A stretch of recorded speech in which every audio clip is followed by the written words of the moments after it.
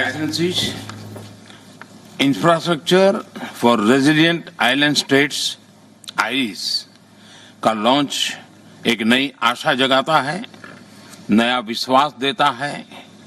ये सबसे वनरेबल देशों के लिए कुछ करने का संतोष देता है। मैं इसके लिए Coalition for Disaster Resilient Infrastructure (CDRI) को बधाई देता हूं। इस महत्वपूर्ण मंच पर मैं ऑस्ट्रेलिया और यूके समेत सभी सहयोगी देशों और विशेषकर मॉरिशस और जमैका समेत छोटे द्वीप समूहों के लीडर्स का स्वागत करता हूं, उन्हें हार्दिक धन्यवाद देता हूं। मैं UN सेक्रेटरी जनरल का भी आभार व्यक्त करता हूं कि उन्होंने इस लॉन्च के लिए अपना बहुमूल्य समय दिया।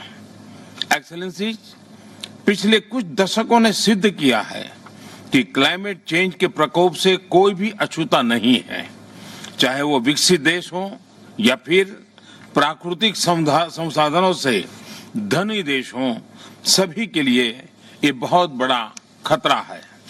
लेकिन इसमें भी क्लाइमेट चेंज से सबसे अधिक खतरा small island developing states (SEEDS) को है। ये उनके लिए जीवन मृत्यु की बात है, ये उनके अस्तित्व के लिए चुनौती है। क्लाइमेट चेंज की वजह से आई आपदाएं उनके लिए सचमुच प्रलय का रूप ले सकती हैं।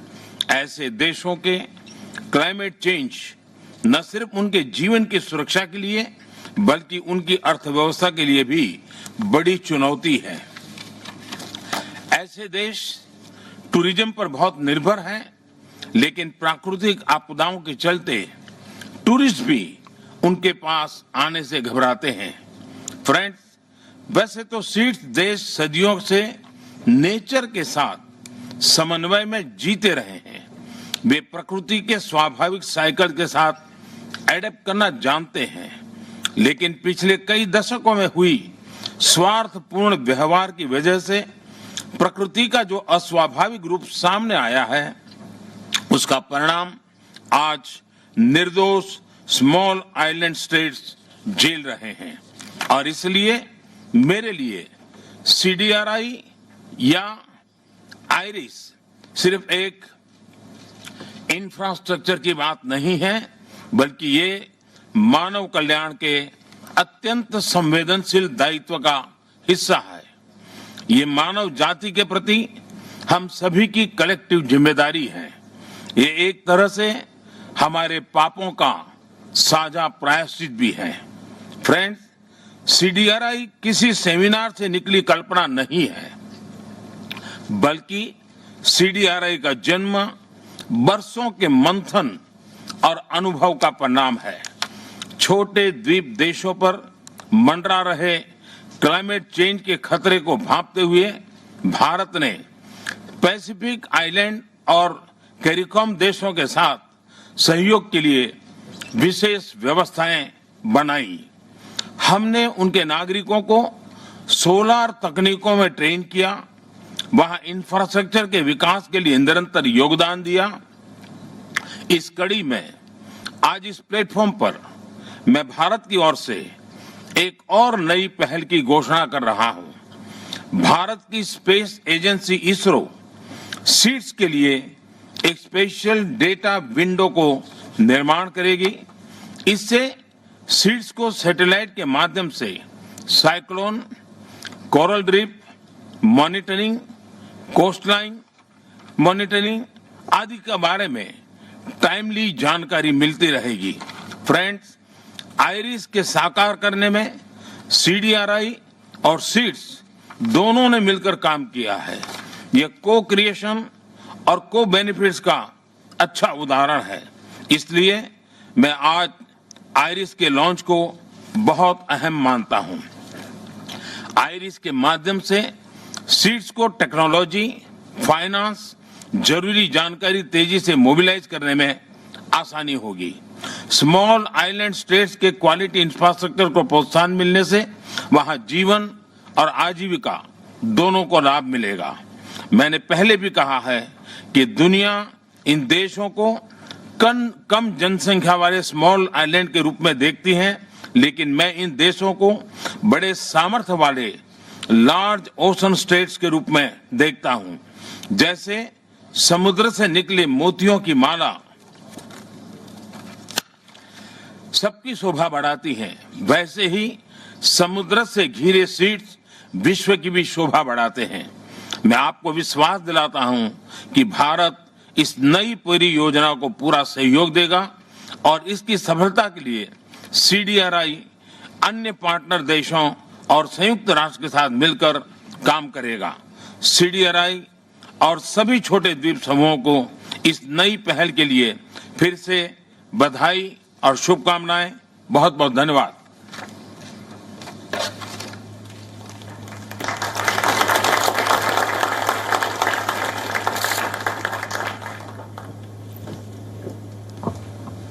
Well, thank you very much, Prime Minister Modi, and thank you for your great friendship to Australia, Narendra, and for inviting us to join you here today at this important forum. Thank you also, Boris, our COP26 commander, not Commander Bond, but Commander Boris, and leading us through this very important few weeks. And I'm particularly pleased to be here, like both of you, with our other island state nations. Australia is also an island state. It's a very big island. It's the biggest island continent in the world, but it does give us, I think, in the Pacific, a very unique perspective, as Frank knows, on the challenges facing island nations all around the world.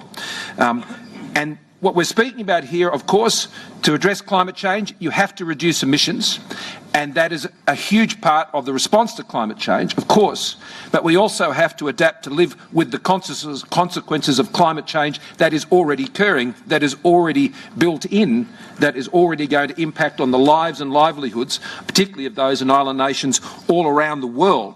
And we recognise that in Australia, and that's why working with everyone to adapt to climate change and the challenges in particularly that our Pacific family face is something that is very much, in very practical ways, a part of Australia's DNA. If there's anything we know, it's to stick with it and to make a commitment to meet it and to beat it. And as our friends and family in the Pacific know, and in Southeast Asia, we can be relied upon. We're helping our friends in Papua New Guinea build resilient roads, bridges and wharves. We've helped build cyclone-resistant produce markets for the Solomon Islands and Fiji. And last year, our prefabricated schoolrooms in Vanuatu withstood tropical cyclone Harold, giving the community a safe place to shelter, as well as the kids a chance to return to school sooner. Over 70% of our climate finance, and we've just doubled that here at COP26 to $2 billion to take us out to 2025, is focused on adaptation. And a very large proportion of it, as I was able to share with our Pacific nations families yesterday, will be directed to specifically into Pacific Island nation states as part of a direct partnership with them, cutting out all the red tape and just getting the projects like the ones I've been talking about on the ground.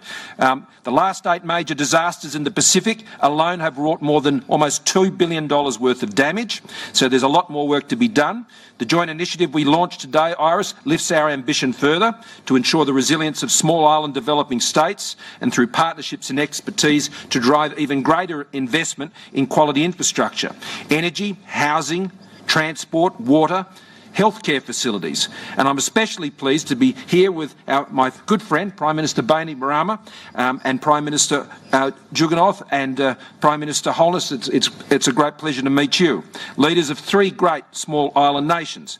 And I also want to thank, of course, India and the United Kingdom for their leadership of the Coalition for Disaster Resilient Infrastructure.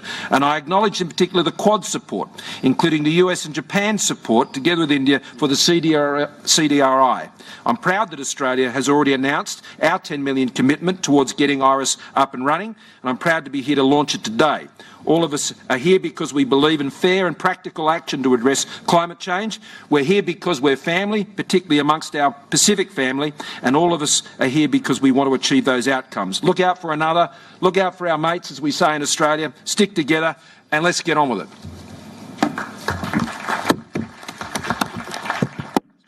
Sorry, Scott, can I just add, before we go to Frank, can I just say one thing quickly, which I should have said, which I forgot unaccountably from my script. The UK is also, of course, contributing financially to ARIS, to infrastructure resilient island states, a point that I would not wish this audience to be in ignorance of. We're stumping up as well. Thank you.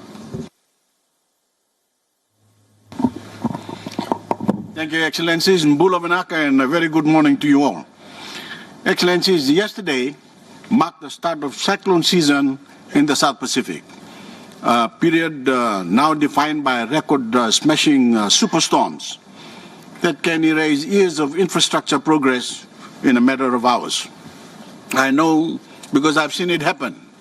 Whether it's storms, floods, or fires, the same hard lessons are being learned around the world. Building to last year's standards is building. That's all we've got time for right now. Wherever you are in the world, stay safe and stay tuned for more of today's top stories.